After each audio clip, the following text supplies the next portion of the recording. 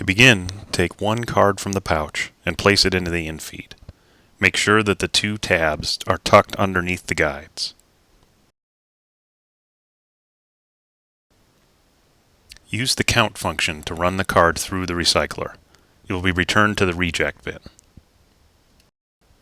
Once it has been returned, remove the first card and repeat the process with the second card.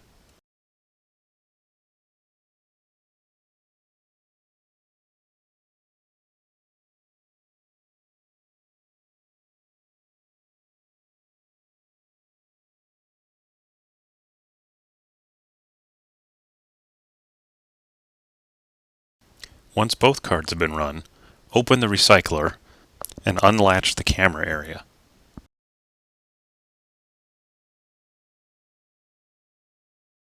Once the camera area is open, use the wipe on the two lenses.